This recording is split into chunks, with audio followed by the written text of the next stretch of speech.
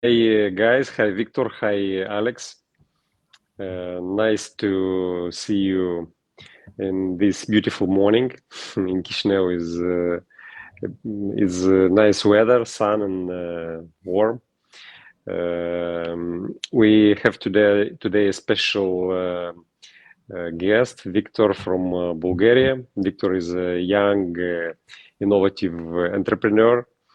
Our colleagues from GCI Moldova were impressed when they met him, and we decided together to invite him to inspire our youngs to try entrepreneurship, to try something new, a new approach in business, and I think also in life, because everything is connected.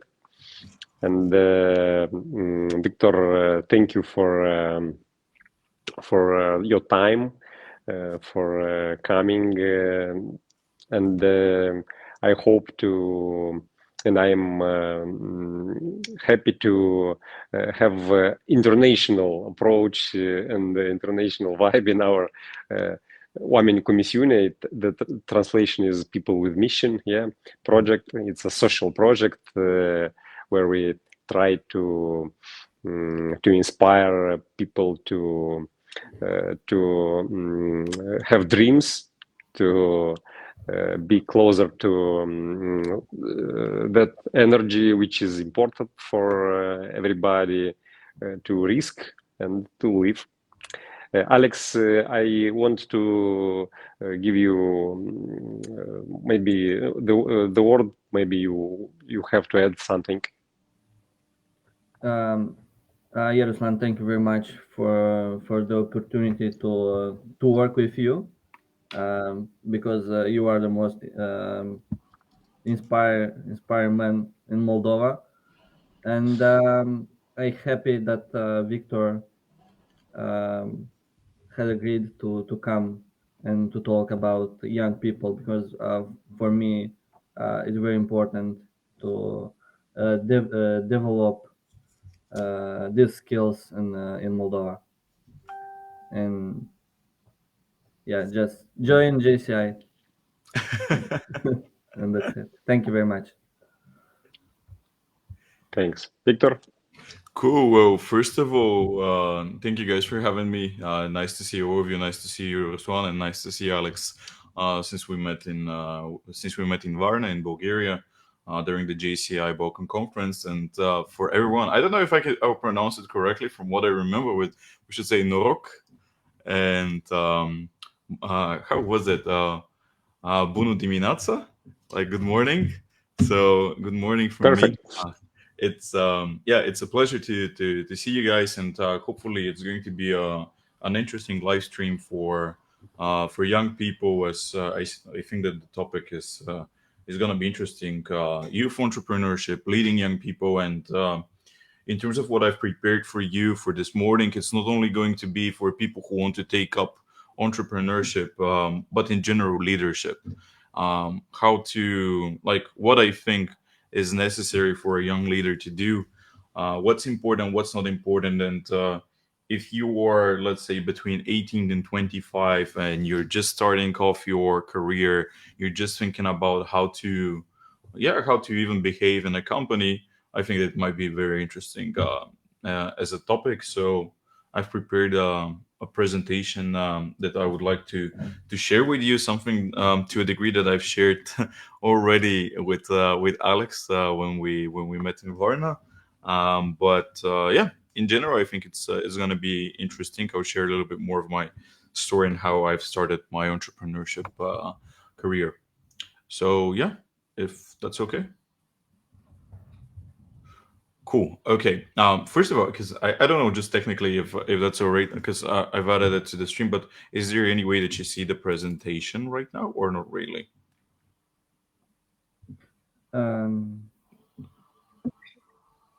Yeah, there is share screen, and you can share your presentation. Okay. Because there was like another option. Anyways, just 1 second, and I will do it. Just tell me, guys, if you're seeing my presentation. And if yes, I will be starting it right now. Perfect. Is that cool? Yeah. Yes, great. Okay. So, first of all, my name is Viktor Stoilov. I'm part of JCI Sofia, which is the local organization in the capital of Bulgaria. Again, Moldova is very close, so you probably know this. I'm an e-commerce advertising specialist and an entrepreneur, and I am the founder of a digital agency called Markademics, where we work with e-commerce stores from all around the world. That's mainly what we're doing. And here's the team of people that we're working with right now. It's almost fully very, very young people. And yeah, I don't know if you're. Let me check if maybe I should do it this way so that you can see it better. Okay. Just 1 second. Or maybe I will just open up my PDF. 1 second. It's gonna be easier. Because I see that like I'm seeing one thing and you're seeing another. So okay. And just quickly, I'll change it up to this PDF, and you'll be able to see it better. Okay. I think now it's gonna be easier. Cool. So, as I said, very young people that we work with. And do you see my screen, guys? Or not really? Not yet. Wait, let's see. How about now? Yes. Yes. Okay, cool. So now it should be fine. Great. So a little bit more about me. I'm the founder and CEO of Markademics, a six-figure e-commerce advertising agency with this team. And I also started out a few e-commerce stores on my own. And I think that because I'm seeing the live stream, I think that we still have issues with it. 1 second. No, it's fine. No, because I'm sharing another thing. Wait. How about now? It should change better. Yes. Okay. Finally. So, as I said, I'm the founder of Markademics, a six-figure e-commerce advertising agency in Sofia. We're with a young team of people that work on many different things, and I also started a few e-commerce stores on my own that we sell both locally and internationally, mainly in the United States and Canada, but yeah, internationally in general. The topic that I'll be speaking about today is my first steps in business. How I started out is right now I'm 24, and it's been already 5 years of doing entrepreneurship in practice, not just in theory, but in practice.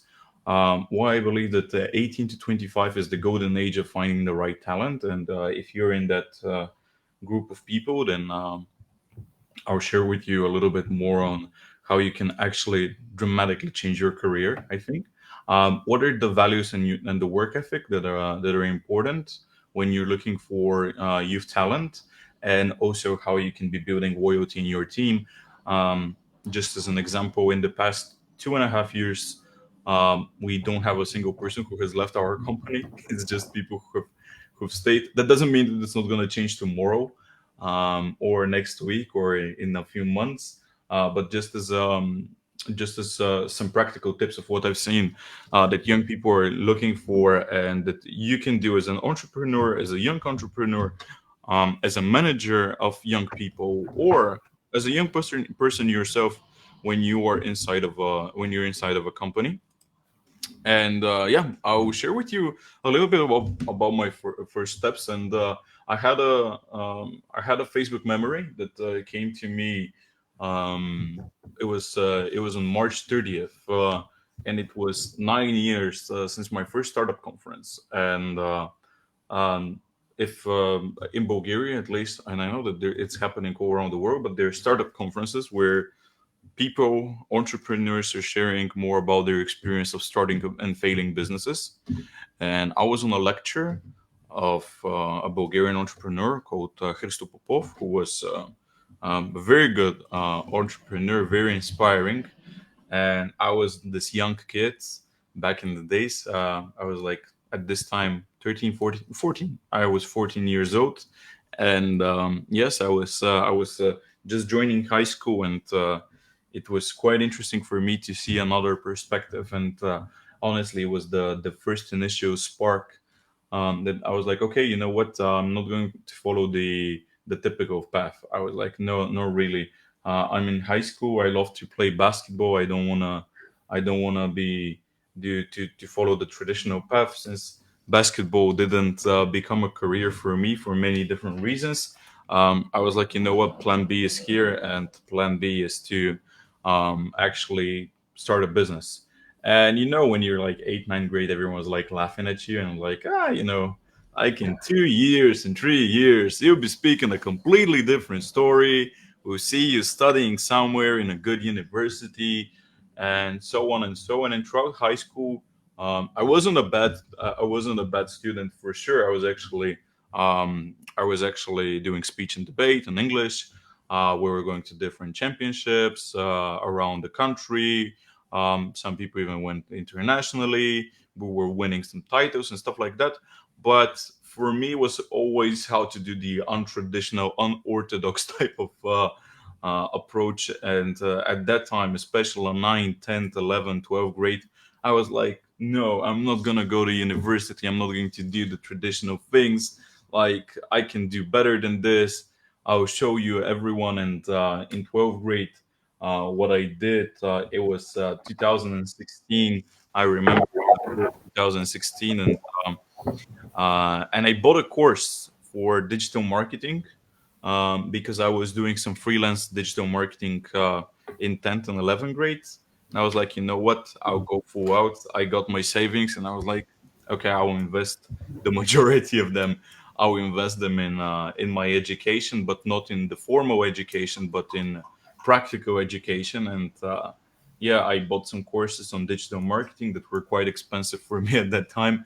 And I was like, if it's not a great investment, I'll make sure that it becomes a great investment because I don't have any more money.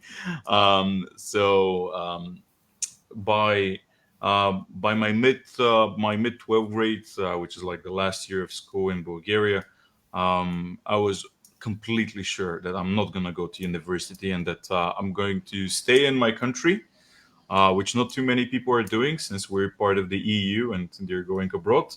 And I was like, I'm going to stay in my country. I'm going to open an agency for social media marketing at that time.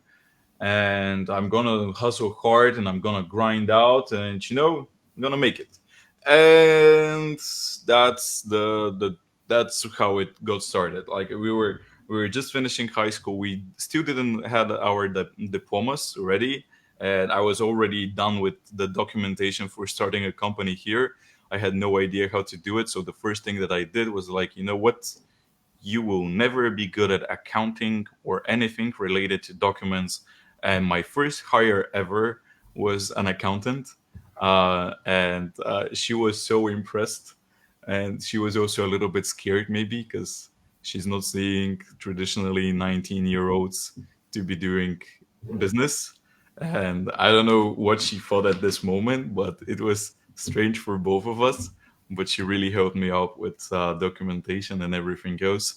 And that's the way in 2017, which is 5 years ago already, I started out Markademics, which initially was a social media marketing agency where you're doing posts, you're doing photos, videos, you're doing management of social media and stuff like that. But slowly it turned into a very interesting business that's doing only e-commerce advertising. So we're working with online stores, and we're working right now internationally or around the world. Because initially, when I was studying digital marketing, I wasn't studying digital marketing from Bulgarians. I was studying digital marketing from people from the United States, from Australia, sometimes from the UK, and all of them were like, always go big, always go internationally. If you're not from our countries, work with our countries. And I was like, you know what, I'm going to try to do it. And initially it wasn't really that easy. Absolutely, the first 1 or 2 years were super hard. You barely pay your bills. But I was grinding it out because my friends thought this way. You know what? He's gonna do this entrepreneurship, or however you say it, thing, where he does some digital stuff there, and he's gonna quit. He's gonna go to university and he's gonna continue with us. And I was like, no, I'm not gonna do it. I was so stubborn, and thank God I was stubborn as hell, because that was the reason why in the first 1 or 2 years I was able to survive with this, and I was able to do all the necessary steps that were super painful. Like initially I was going around Sofia, and I don't know if you've been, but like there's like one big street with like many restaurants on it, like a main street. And I was going to every single restaurant, door to door. I was literally knocking on their doors, and I was like, I want to speak with your manager. And they were like, why? For what? They're seeing like a 19-year-old kid. And they're like, but why would you like to speak with a manager? And I'm like, you're managing your social media so bad, I want to change that. And I was knocking on doors literally, and was going from business to business, from business to business. And yeah, it was a tough job. It was a lot of rejection after rejection after rejection, but some of them really liked my energy and was like, this young kid, we can use him. Like he has so much energy, he will do stuff for very little. And they were constantly negotiating with me, and I come with a price and they were like, ah, no, we'll pay you 5 times less. And I'm like, no, you'll pay me 3 times less.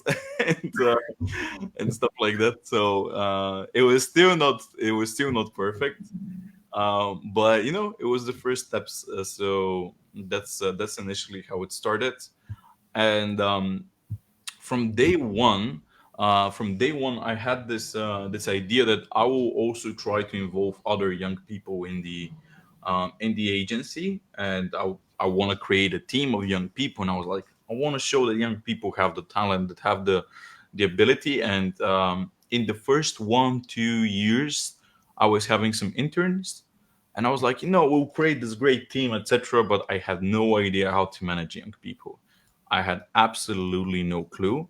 And the people that you see here on the photo, the initial one that I showed you, there are only two people that are from the beginning. One is our accountant, Christina, in the middle, in the bottom. And the second one is my brother, who is my strategic advisor, because he was also an entrepreneur and digital marketer, who also had absolutely didn't believe initially that this thing is going to work. Like, he was like, you still don't know marketing, you still don't know this, you still don't know that, where are you going? Like, get some more experience and then do it. I was like, no, I'm gonna show you that I can do it. So yeah, initially he was also very skeptical. Now he's a full member of the team, and he's helping out with many business aspects. But yeah, initially it was us, it was this. And we were getting some young people as interns, and I had no idea how to manage them. And yeah, because of that, nothing came easy, and I had no idea what to do. I was starting to, yeah, you start educating some person, you start to train them, they leave, and I was seeing all of the different things that people were telling me for young people, that they're not loyal, that once they learn something, they just quit, they go to another place that pays with a little bit with €100 more than in your place, and stuff like that. And I was hearing all of these things, and I was like, yeah, young people, like, I'm also seeing the same thing. It's not working with them. I need to find experienced people. And I tried with both inexperienced and experienced people, and it just wasn't working. And then one day, one of my favorite now colleagues called me. He code coded me, And yeah, he asked me. He was asking for an internship. He was like, "I want to do email marketing for you," and I was like, "We don't offer email marketing." And I didn't know who was calling, so and how old he was, and but the guy was like very insisting, and he was like, "But you know, if you add email marketing to your portfolio, you can really help out, and this is going to be great for you and your company and stuff like that." And I was like, "You know what? When you don't want to work with somebody, you just tell them." Okay, send me a portfolio. I'll look into it, and yeah, I'll see from there. He was like, "Well, but I don't have a portfolio. Like I'm 17, and I saw that you also started early. So this is the way that I found my first really good intern. It started out this way, and he was the building block into finding great young talent afterwards, and that's how it all started. Then with good people, I already had some experience with how not to manage young people, but in for me right now, really the golden age for hiring and finding the right talent is between 18 and 25, and I'll tell you why. This is a very neglected group of people in general, because everyone thinks that they're not serious, because they're either still in high school, they're either still in college, or they've just been graduated, and they don't have experience. They don't have all the time in the world. They have other responsibilities as well, but typically those responsibilities are related to school. They're not related to anything else, and they're not related to family matters that are really important, that someday for those people will become extremely important. They're mostly into a state of I'm learning. And you know what? If you're a good manager, which initially I wasn't, but now maybe a little bit better. If you're a good manager, you can actually take this and build an amazing company based on it, because when you're in high school or you're in college or you've just graduated, the one thing that you can find in those people is a great ambition. And I'm not saying in everyone, because it's not really happening in everyone, but let's say that from 20% of the people who are part of high school or college, you will find extremely motivated people that are ambitious, and they are ready to learn, and they're ready to fail, and they just want somebody to give them a chance. And I love this group because they probably haven't worked they haven't worked in another place that's a serious business. And not saying that other just professionally, they've probably worked as a bartender, or they've maybe worked in a cafe, in a restaurant, etc. But again, it's not their mission to be bartenders or to be waitresses in a restaurant. Their ambition is to build a career. And if you find a person in that age, most probably there is a big chance that you're going to be their first, or one of their first actually bosses or like leaders in a real career environment. And since nobody has yet given them a chance, or they have been treated super badly in another place, because young people are being treated super badly in some places, and they just do all the bad work and all the work that nobody else wants to do. um, if you actually give them the right environment, they can thrive in it.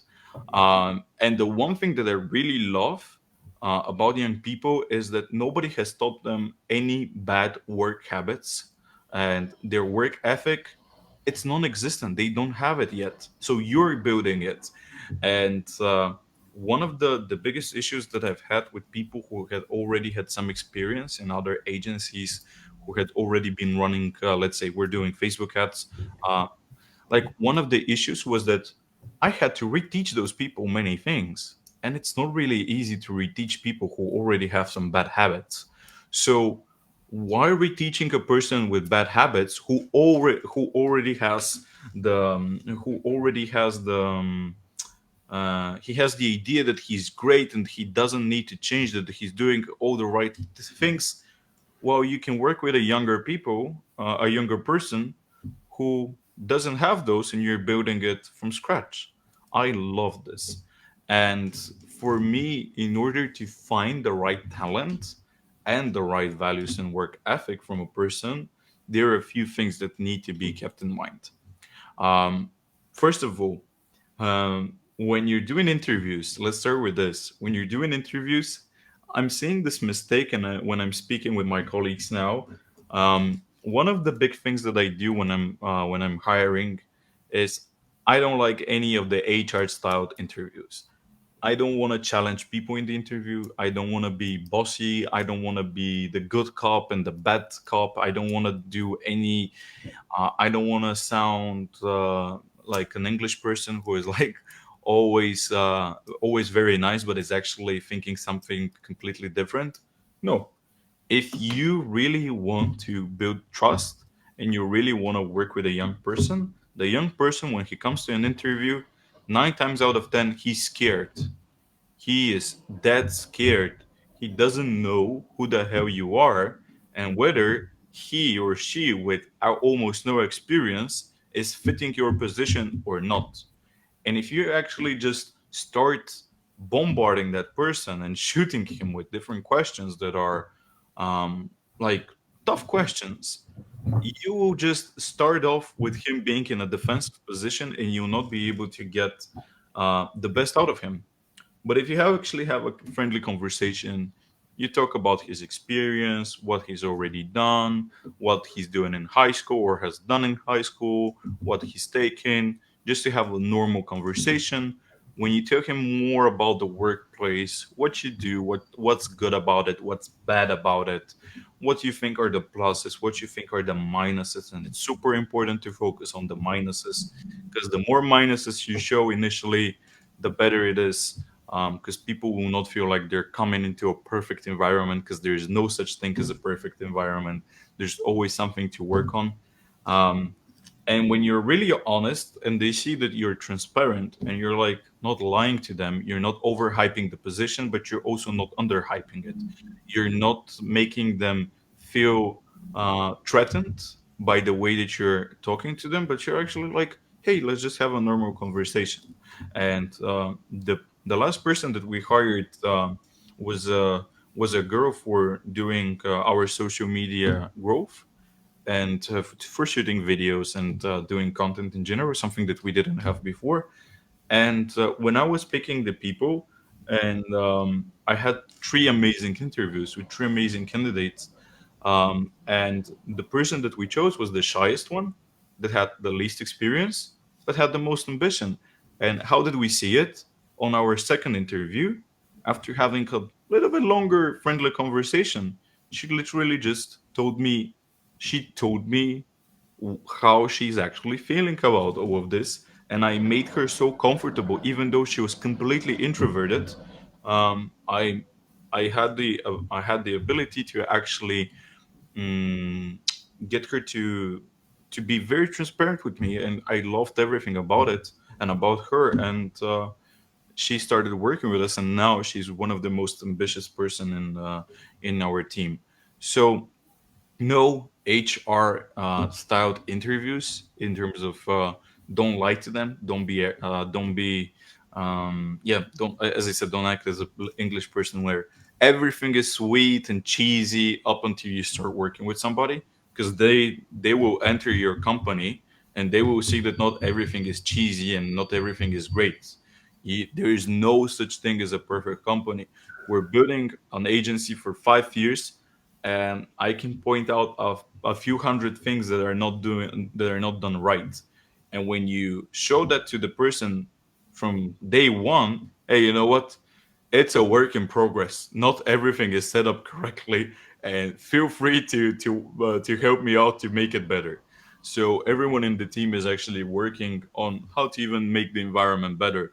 They're not their intention when they're coming, they know from the interview that they're not coming into an environment where they're only going to be asking to have some stuff, but they're in an environment where they can build stuff and they can suggest stuff, and they can understand, okay, you know, it's that's a work in progress, it's still not there, let's speak with Victor. Let's change this. Let's offer that.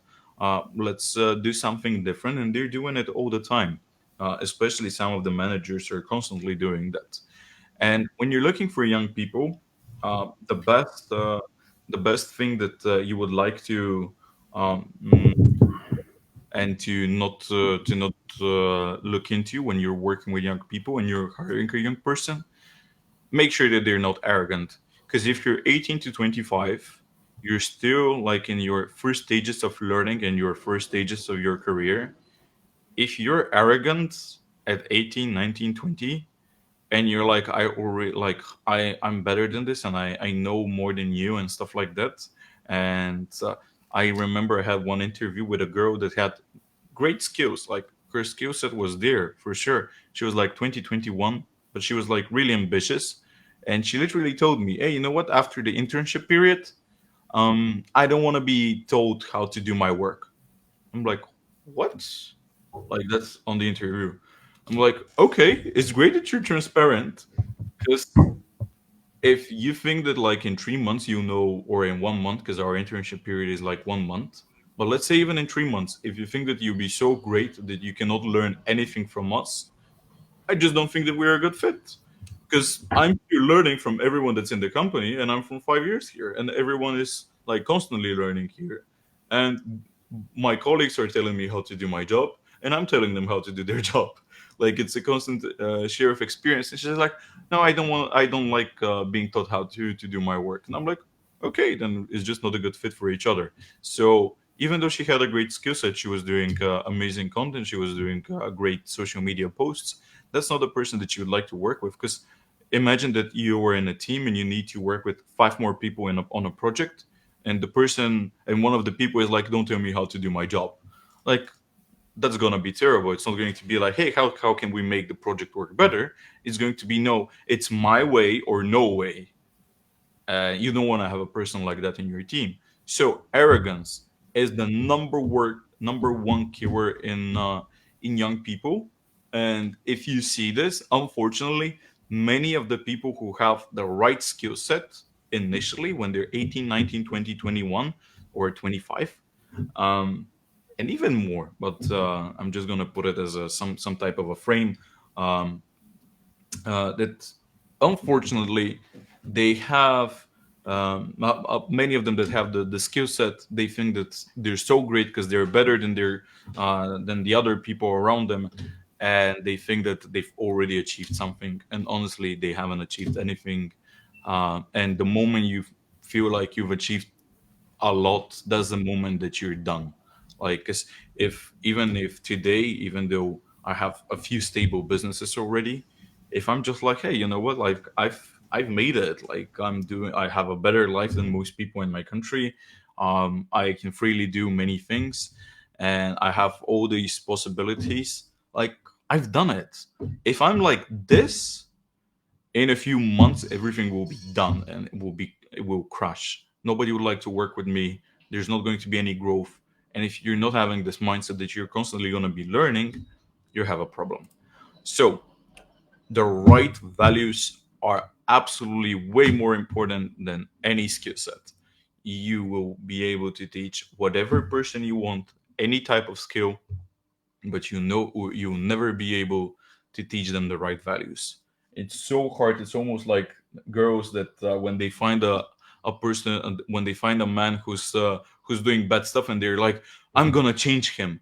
No, it's not your stuff, especially in business. You don't have the time to change people. Like if the person has bad habits, if the person has like if he's arrogant or she's arrogant and they think that they are on top of the world.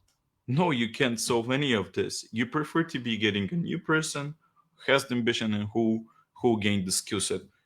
Like I am fortunately to be in a position where our industry, you can learn very quickly. If you like what you do, you can learn very quickly how to do digital marketing, and it's not something that will take you 5 years or 10 years or 15 years and 25 certificates and going to medical school, right? So in our world, and honestly, in most new generation types of businesses that are in the IT industry, you need the right values over any type of skill set. Um, Victor, I'm sorry. When you're talking about the values, Yeah. what you mean? Which exact values you're trying to find people? Number one, honesty. You want to be working with honest people. Um, Second thing is to have ambition, for sure, and this growth mindset in terms of values. Um, to put your personal growth on top, like over anything else. So, for example, with if I'm interviewing a person, if their first motivation and main motivation is to get money, I'm not gonna work with them. Like, yes, on at the end of the day, I like we're working so that we can get money and pay our bills and have a normal life, right? But if you're 18 or 20 and your number one motivation to join a company where you'll be learning is your salary, then I don't want to be working with you. Not because I don't value that you need money. Of course, everyone does, and everyone like should be like being paid appropriately, right? But if that's your goal, then the moment that you get an offer in another place for 100 euro more, you go there because you don't care. Like you're not gonna value the environment. You're not going to be patient. You're not going to be open-minded to working with your colleagues. You're not going to be open-minded to have, let's say you're 22 and your manager might be 20, because the manager already is doing 3 years of digital marketing with us and stuff like that. So we're looking for very open-minded people who are chill and don't want to create create stress in the environment, who are here to learn and who are ready to be a little bit patient, to get where they want to be.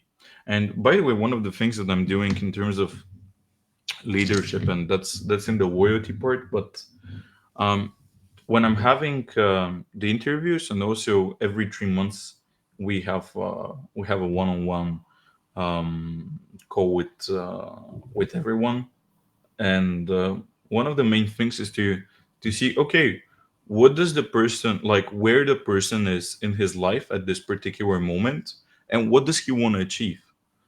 And it's not just about our company, it's in general. And most of the times they share with me directly their real goals and their passions and what they want to do, and everyone in the company is then helping that person out with whatever they want to achieve. So for example, some of them want to start a side business. We're completely okay with this. Not only we're okay, we're actually helping out with this. Or let's say, you know what, in the next 6 months I'm gonna have a tough period in university, and we're like, okay, we'll be very flexible with this. Or something else. Or let's say my main manager of the in my agency is getting married next month. We're like super happy about this, and we're gonna do everything possible to to be easy on her because of that. So um, it's all about being open minded in what your priorities, because um, if you actually see the priorities of the person, it's so much easier to work with him or work with her, because you know what to focus on and what not. And that's actually one of the things, to be really honest and to understand their needs. And if those needs are different from what you can offer, tell them this, that you don't have the ability to offer this, and that maybe it's better to find it somewhere else, or maybe it's better to help them out to find it even somewhere else. And it's totally okay, because being part of a digital agency doesn't need to be something that you do for the rest of your life, right? Doesn't need to be the thing that you need at this particular moment. it might have been good for you for, let's say, a year. Who says that it needs to be the right thing? Like, it got you from point A to point B, but it doesn't necessarily gonna take you from point B to point C. So to me, if you can do this, it's gonna be great. And when a person sees that you also have this type of mindset, they're very open with sharing what they really think. Thank you. So that actually brings me to the loyalty part, because I'm constantly being told that, hey, young people, they're great, but they're not loyal. They have this ambition, but they want to grow very fast, and that's why they jump from one company to another company, because they don't know what they want. And because they don't know what they want, they just make rapid decisions and they leave you. And yeah, to a degree, it could be true if you don't know what you're doing. But if you're having those conversations with your team, and when you actually get them to think about what they truly want, and you help them out to actually get it, it's as simple as that they'll become loyal. And in the interview process, starting from there, we're telling everyone that not only that we are okay with you having a side thing, side business, side project, freelance work, whatever. We are strongly encouraging everyone to have this, because the number one thing is that um, you don't want a person to be 100% with you. They're not a co-owner of the business. They're not a business partner. Like, the person who's working with you, if you want them to be 100% only with you, to when they wake up in the morning to think about the company, and when they get to sleep to again be thinking about your company and the work, that's a huge problem. And if a person is completely 100% dedicated only for your work and business, that's just going to create a problem. Why? Because since they're not a co-owner, or they don't have shares in your company, at one point in time, they'll just feel like they have been neglected, because they'll feel like they've given everything they had for you, while in a normal business, like, they don't become shareholders, right? So for this reason, you just a pure business perspective, you don't want the person to be 100% only working with you. Absolutely not. And honestly, if you think that your employees are 100% always working just for you, that's a lie. And I've seen many companies, because I'm consulting different agencies, and I'm consulting different businesses all the time. Their employees are sharing with me that, hey, I want to get some freelance work additionally, but I don't want my bosses to know about this, or my boss to know about this. And that's a huge problem, because they can't even share with their employer that they have a sidekick, or that they want to have a sidekick. They're afraid of this. While my guys are coming with me and they're like, hey, I have this freelance opportunity. What do you think about it? And then in another month, after they've closed the deal, they're asking me, okay, here's the advertising funnel. Here's something that's happening. Can you help me out?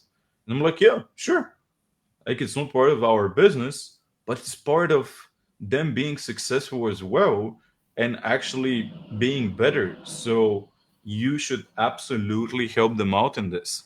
So what I've tried to do is, again, being completely genuinely honest, and show that you really care. Because we had this interview with one of our girls, with Katerina, when we were interviewing her. We were like, it was a normal setup, but she was a little bit afraid to tell us that she had a sidekick, an e-commerce store.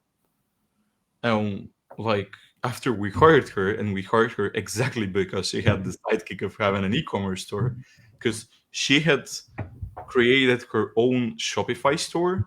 She had completely translated everything in Bulgarian, which is super hard in Shopify. They're just technical bugs for it. She had done all of the hustle. She had started it from scratch. She found the products. She did the pricing. She did everything. And the other companies that she was being interviewed by, they told her that, hey, you know why? Since you have this e-commerce store, you'll never be 100% with us. And I'm like, how stupid could you be? That person has a dream, a sidekick dream, and you ruin it because you think that they will not be 100% with you. What we did was, hey, you know what? Let's run ads with you together. Let's make sure that your business is even more successful than it has been. Let's do some experiments here and there. Like, that's the way that you build loyalty, not with, oh, since you have a sidekick, then we can be working with you together because you'll never be with us. That's complete gibberish. Uh, So yeah, as a manager, be direct and be honest.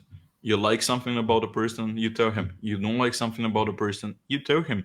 You see that that person, for example, financially needs a little bit more security.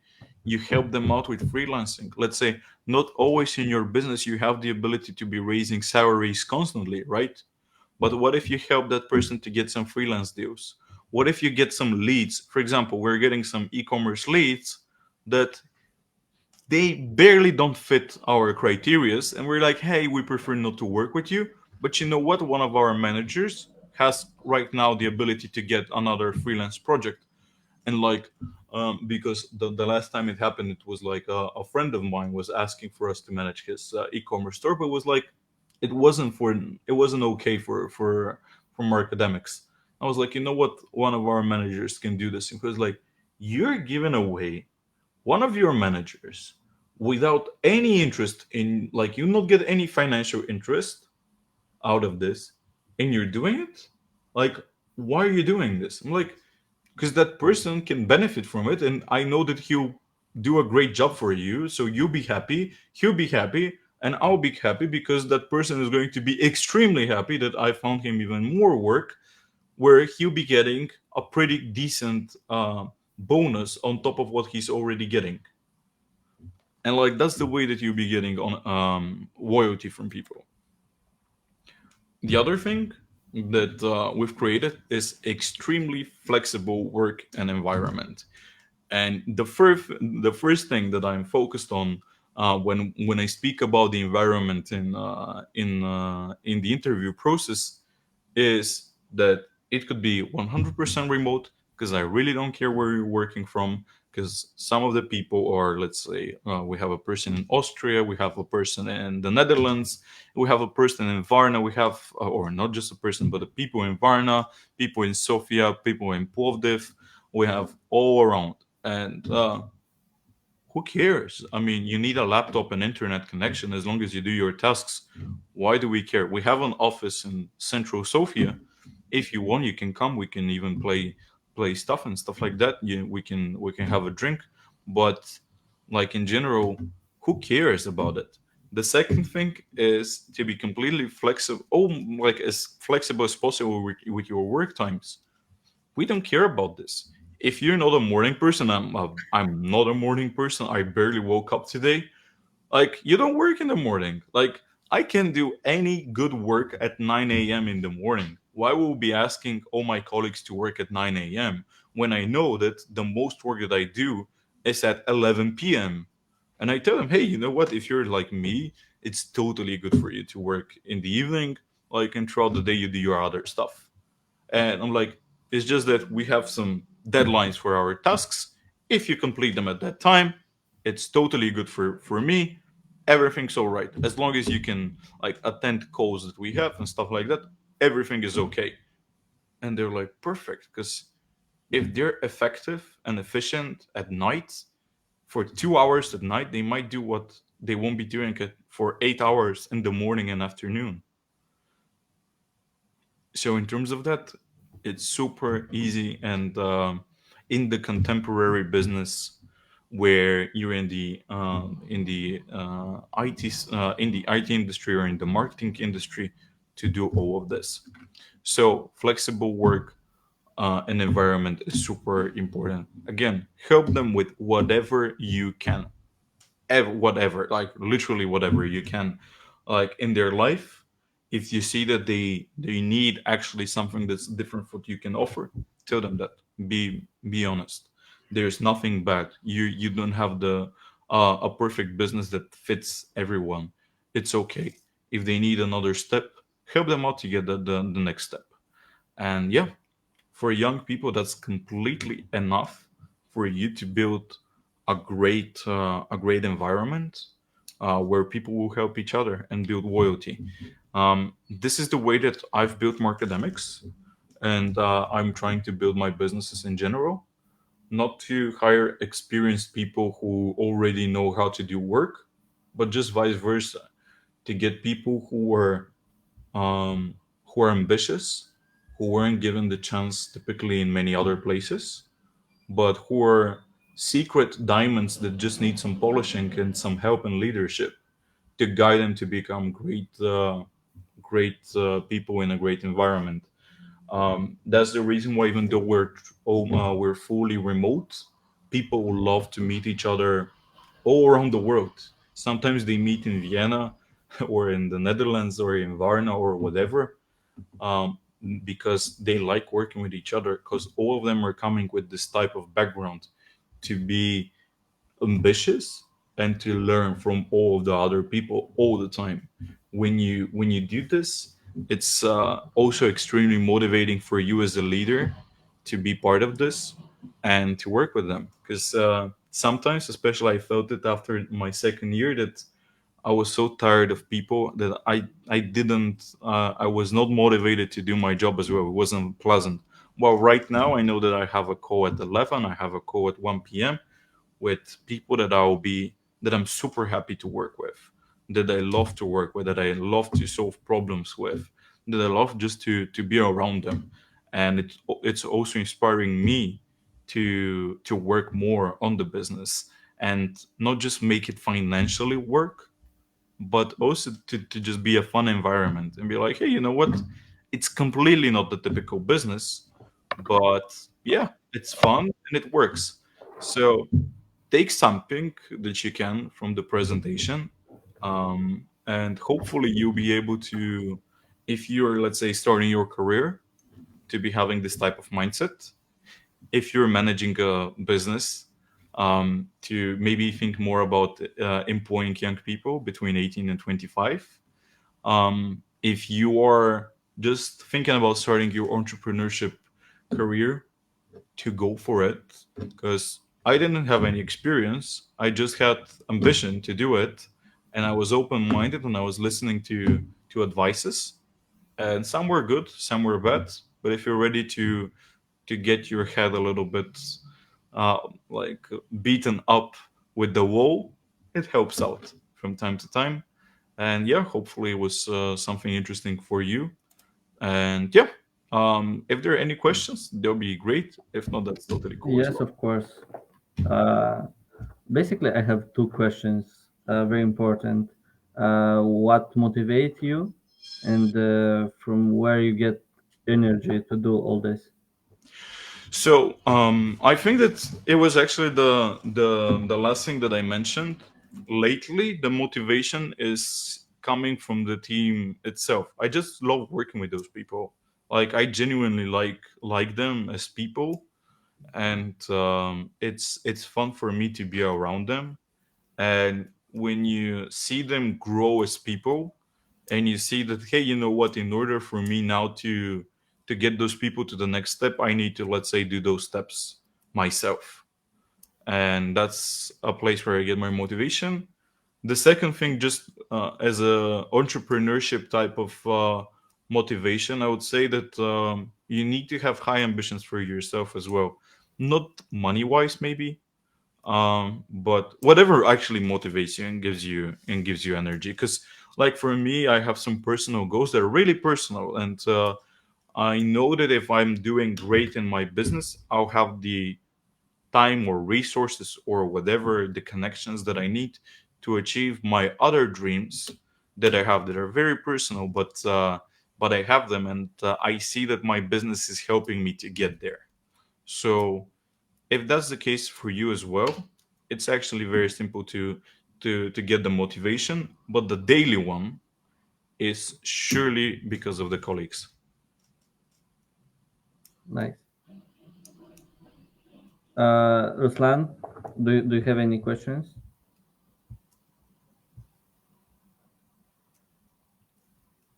I see that Maria had a Or question Maria? on the chat. How are you dealing with burnout in your team? That's an interesting thing. I'm trying to sense burnout before it happens. Burnout is typically happening from lack of clarity. If you're doing tasks that you have no idea how to do, and you get no guidance, that's the easiest way to get a burnout. Just work wise, because you can get a burnout because of workload, and not because it's too much workload, but because you don't know what exactly you're doing. And sometimes I'm seeing this when, because I'm very chaotic as a person myself. I don't like too many complex structures and like processes. And sometimes something is too chaotic, and it makes a person like deal for hours and hours with something that is not necessary. Like it might be a job for 10 minutes, and when you constantly have such stuff, you burn out just work wise. So you need to sense it for that. The second burnout that you can be dealing with is your personal one, and it could be completely outside of work. So in that area, that's why I like to have personal personal calls with everyone to see what's happening in their lives, and if it's possible to reduce the workload at some point and show the person that, you know what, okay, I'm seeing that like something's happening. Let's reduce a little bit the work for let's say this month. And you know what, when you tell your other colleagues, hey, you know what, let's help out this person, and they're like, yeah, okay, he like, I'm telling, okay, he's dealing with something personally, and like, yeah, I'm gonna cover his work and stuff like that. And when you see that your team is helping you out, it's also like good for you, because you're like, oh, you know what, I actually have my back, like somebody's having my back. And yeah, that's super important. Like everything is just like it's almost like in a sports team. Like if you have to have the back of the other person, because when you know that, when you build the chemistry, everything is okay. Again, it's normal for some bad things to happen here and there. You just need to be there and to show that you're a human as well and you understand. Yes. Um, yeah, for me also very important to work in the team, because the life will come uh, easy, and the task will be very easy after that. Um, I have one question about the business. Mhm. Um, how important is to be international and to have international clients from all the world. In our case, most of the clients are international. How does it help? You're from Moldova. I'm from Bulgaria. Let's face it, we're some of the poorest countries in Europe.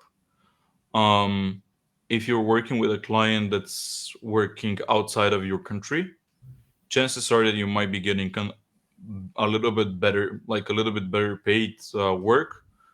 That's probably going to be even cheaper for them, or it's for sure almost going to be cheaper for them. So they're saving money, and you're making more money than you'll be doing in your country. So on that side, it really helps out financially. Second of all, when if you're a person, again, from our countries, there's this sense of you being successful since you work with international companies. Like if you just work locally, you don't have the, it's not the motivation, you don't have the you don't think that you're good enough. But when you show that, oh, okay, you know what, I've tried this in the States and it works, I've tried this in France and it works, like you just get you're getting the confidence that you know what you're doing. So I think that in that perspective, it's important to try to be as international as possible. Um, what I'm asking about that, because next question will be about how JCI help you to find maybe new customers or new partners. Okay, JCI in particular, I would say that I haven't used it so much to be finding international customers or even partners. Honestly, for me, the Balkan Conference was the first international JCI event that I was part of. But since the event, I had so many talks with different people from the Balkans. Um, uh, for example, just 2 days ago, I was speaking with one of the main people in JCI Serbia, who is a great young entrepreneur himself. We had a lovely conversation with him, and With I would say Marco. that. Sorry. With Marco. Well, yeah, with Marco Lupkovic, great guy. So yeah, in general, I would say that JCI is perfect for many different reasons for me. Number one is that you're getting to see other young people in different industries. Because let's say I'm in the marketing industry, and it's like you know each other. It's not a huge country, and Moldova is also not a huge country. You know each other very quickly. While when you're going into JCI and you see young people that are doing so many different things, some might be, for example, engineers, others might be attorneys, etc. So it's so great in that area. So if you're not part of JCI yet, I'm strongly suggesting it. If you have some, let's say, a few hours a week that you want to do something different, because it's fun. Like you meet great people, and for example, I would never have had this opportunity today to be speaking with you if it wasn't for an event by GCI. And what we did was like I just had a short present. No, it wasn't that short, but like a presentation there, and that's it. And I met so many people from all around the Balkans because of that. So yeah, that's it. I mean, when I was actually first studying business in high school, before I was putting it into practice, one of the people that I was very closely following was a person called Dan Pena. Very strange business guy, but like very interesting to watch. And his number one thing for like growing your business, especially when when you're just starting out. He was like be part of different organizations, and he was like mentioning BNI, which is like Business Networking International, or be part of like Rotary or like other clubs like this. Like join some of those, like whatever. And for me, JCI is great because it's not as demanding as some of the other ones. For example, in BNI, it's a little bit more costly. You need to be more active and stuff like that. For me, JCI was the perfect thing that you can grow skills that you normally wouldn't in your environment. For example, if in my environment I'm doing marketing and leadership, in JCI I want to do something that's not connected to marketing and leadership, but to learn other things. So, so yeah. Yeah, amazing. Yeah, Victor, thank you very much for your time and for your energy, and I'm very happy that we did it. Okay, Thank you. so thank It, you. I know it's already a 1 hour, but there are a few more questions in the comments. Yes, Should I of answer course, of those, course. Yeah, of or course. I'll be very quick? So I see from Oh, Ion, if I'm not. oh, a lot of questions. So on top of the clear responsibilities, how do you motivate your team? Do you have team buildings and stuff like that? We try to have team buildings, but it's very hard because everyone's all around the world, as I mentioned. So it's hard. We try to gather around at least in different groups.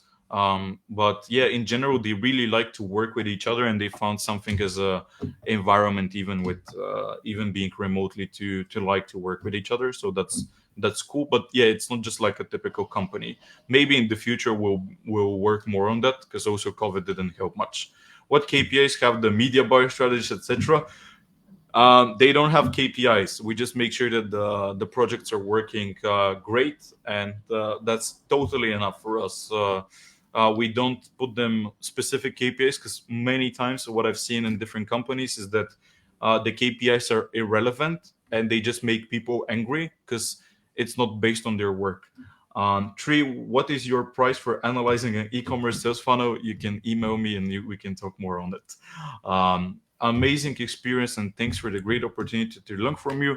How do you teach your team members? We have a set of um, initial trainings that they have to go through. The first month, which is like the internship period, everyone is going through an internship period. That internship period is like 1 month of training. It's basically just showing them what's like in general what we're doing. We have a set of different videos, some from us and some from partners or from just YouTube videos or courses that we've taken, that we've built. They start from there, and from then on, you just literally get assigned to another person who will show you what they do, and you do everything together. That's it. And from Oleg, yeah, I also want to see.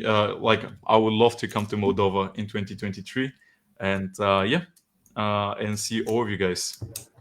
I still have my Moldovan wine with me, and I'm just waiting for our next meeting with JCI Sofia so that we can share it. So Nice. yeah, Yeah.